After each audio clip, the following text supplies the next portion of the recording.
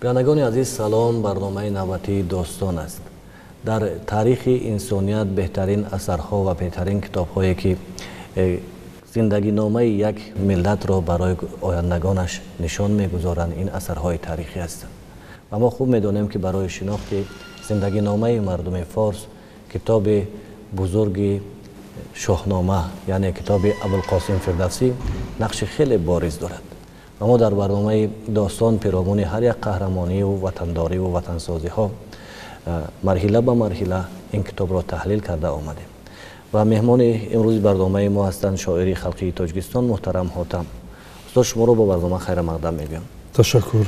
استاد، در برابر صحبت های پیشینی که در شناخت منطقه های گوناگون ایران و توران صحبت کرده آمدیم، امروز میخوام صحبت داشته باشیم پیرامون یکی از شهرهای بسیار زیبای ایران زمین با نام خوارزم. زیرا این شهر در شاهنامه خیلی زیاد تصویر یافته است. پژوهشگران شاهنامه این اثر بی‌زوال یعنی شاهنامه را به سه بخش جدا کردند. یکی بخش اساطیری، دیگر بخش پهلوانی و سوم بخش تاریخی. و قسمت اول یعنی از کیومرث تا زمان گوشتاسپ را آنها به بخش اساطیری شامل دانستند و از گوشتاسپ تا آخر به بخش تاریخی و پهلوانی یعنی در داخل هر دو بخش که ما عموما با چنین تقسیمات راضی شدن نمیتوانیم، زیرا اساطیر گفتن این یعنی افسانه گفتن است. یعنی حقیقت تاریخی این شاه اثر را انکار کردن است. حالانکه در بخش اولی شاهنامه بسیار رویدادهای تاریخی طور ما از جغرافیای این اثرها از دلایل بسیار معتمد دیدیم در صحبت‌های گذشته.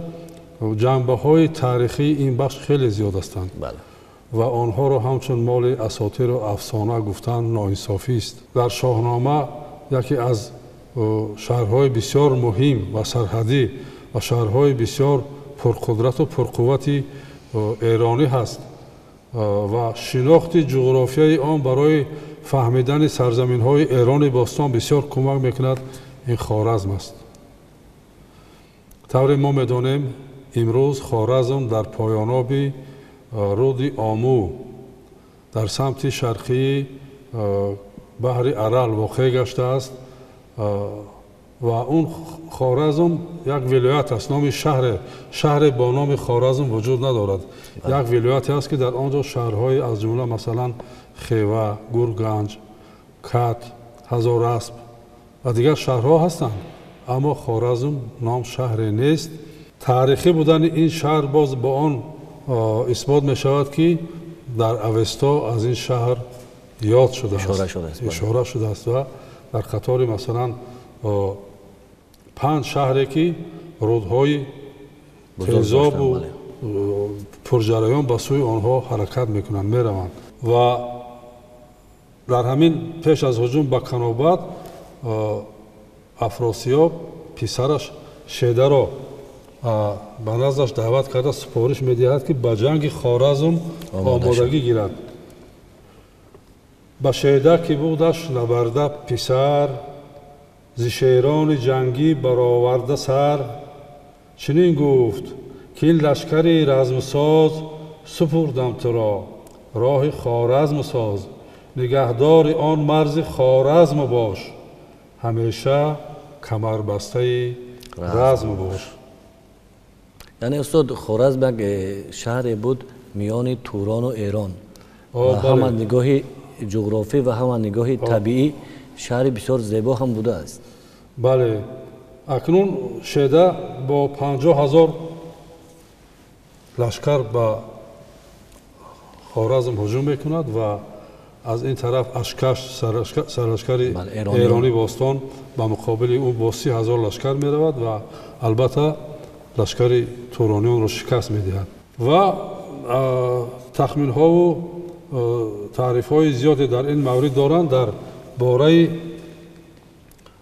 در دیگر جای داشتن دیگر موقع جای داشتن خوارزم نیز یک نوشته падари таърих Ҳеродот дар китоби сеюми таърихаш дар бораи Хоразм як иқтибоси калоне дорад ки онро низ далолат мекунад ки Хоразм дар дигар ҷо воқеъ гашта буд.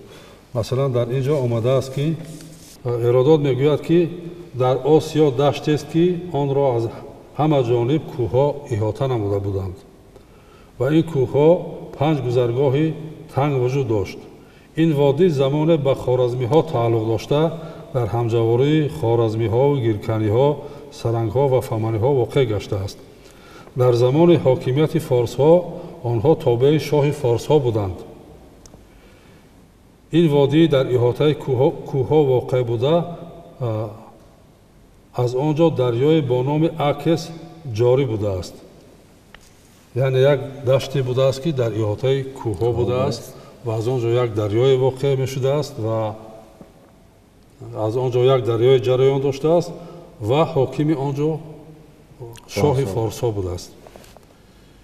ва азбас ки бисёр донишмандон ин навиштаро ин иқтибосро шаҳр дода натавонистанд, бобоҷон Ғафуров дар китоби тоҷикон мегӯяд ки ин иқтибос бисёр баҳсҳои фантастикиро ба вуҷуд овард ва донишманде мисли Бартолд ки тамоми ҷуғрофияи Осиёи миёнаро хуб медонад, аз шарҳи минбаъдаи вай даст кашид.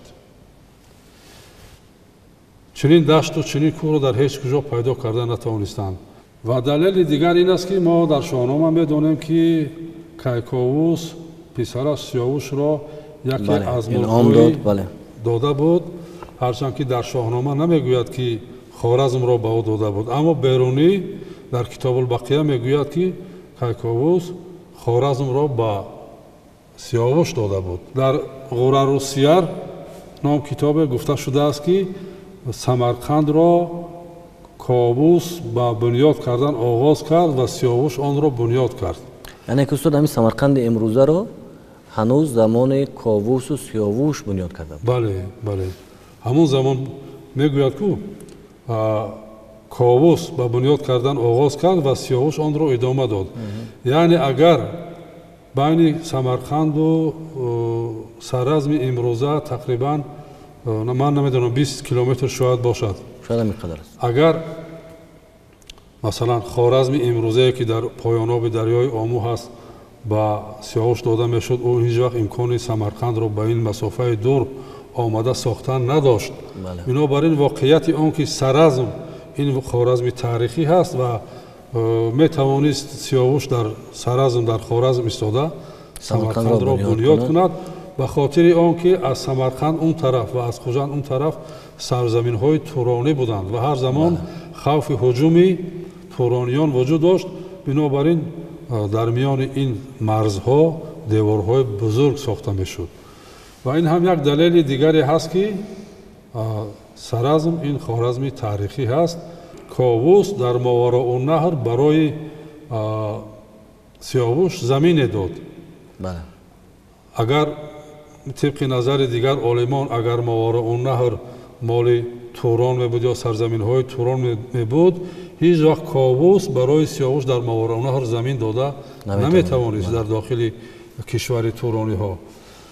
ва чизи дигаре ки далолат бар он мекунад ки сарразм воқеан ин Хоразми таърихӣ он аст ки дар бундаҳишон омадааст ки аз кӯҳи Абарсин ин кӯҳе ҳаст дар Тионшони имрӯза дар қисмати хитои ғарбӣ, як қулаи бузурги ғалаба Тионшон қисман дар ҳудуди Қирғизистон вуҷуд дорад. Тионшон қулаи ғалаба аст.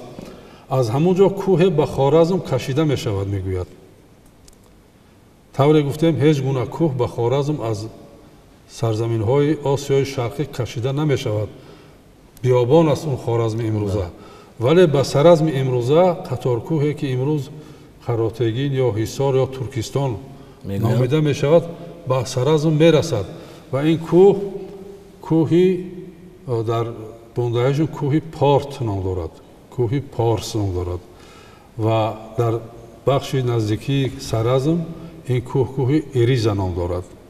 яъне اون گفته بوندهشی که از ابرسین کوه با خارزم کشیده می شود این واقعیت را تصدیق کرده می تواند. شاه فارس در سولی قرارگاه داشت. سولی این سود است و ما می بینیم که اون دشته که خوارزمی ها در اونجا بودند و شاه فارس حاکم آنها بود این سولی هست که در تاریخنامه های خطای ذکر شده است. دقیقیت و واقعی بودن همین اقتباس هرودوت از دو جانب تقویت می‌یابد، یکی از جانب هرودوت و دیگری از جانب تاریخنامه های چینی قدیم که آنها به خبر از یکدیگر یک چیز را تأیید میکنند. یعنی خوارزم اون شهری بود که امروز ما با نام سرزم او را میشناسیم و طور بیرونی میگوید با خوارزم آمدن سیاوش سال 1290 پیش از سال شماری بود، یعنی موافق تقویم خوارزمیان و اگر این 2000 بعدی سال شماری را همراه کنیم میشود 3190 یعنی تقریبا 3200 سال سیاوش به خوارزم آمده بود و همچنین طوری از دیگر اثرها بدانیم پیامبر آریایی ها زردشت نیز برای گسترش دینش به خوارزم آمده بود و این خوارزم سرزمی کنونی بوده میتواند و هیچگاه این خوارزمی که امروز ما در نظر داریم بوده نمیتواند، زیرا که پایتخت گشتاسپ طوری ما گفته بودیم در قسمتی شرقی جنوبی فرغانه واقع گشته بود و امروز دهه نیز با نام بلخ وجود دارد که از اونجا تا آمدن تا مثلا سرزم یعنی تا خوارزم تاریخی امکان پذیر بود و وجود داشته میتوانست. تمام قضیه گئوگرافی در بالا آورده شده از آن شهادت میدهد که اینا بابا جان غفورов مینویسد، از آن شهادت میدهد که مرکز این اتحادیه در خوارزم حاضر زمان نبوده جنوبتر در ناحیه های مرو و هرات جای داشتند. یعنی این 100% ثابت میکند که اینجا سرزم است. این خوارزمی که در تاریخ وجود داشت در شاهنامه در اوستا این سرزم امروزه است. اکنون چرا سرزم و خوارزم؟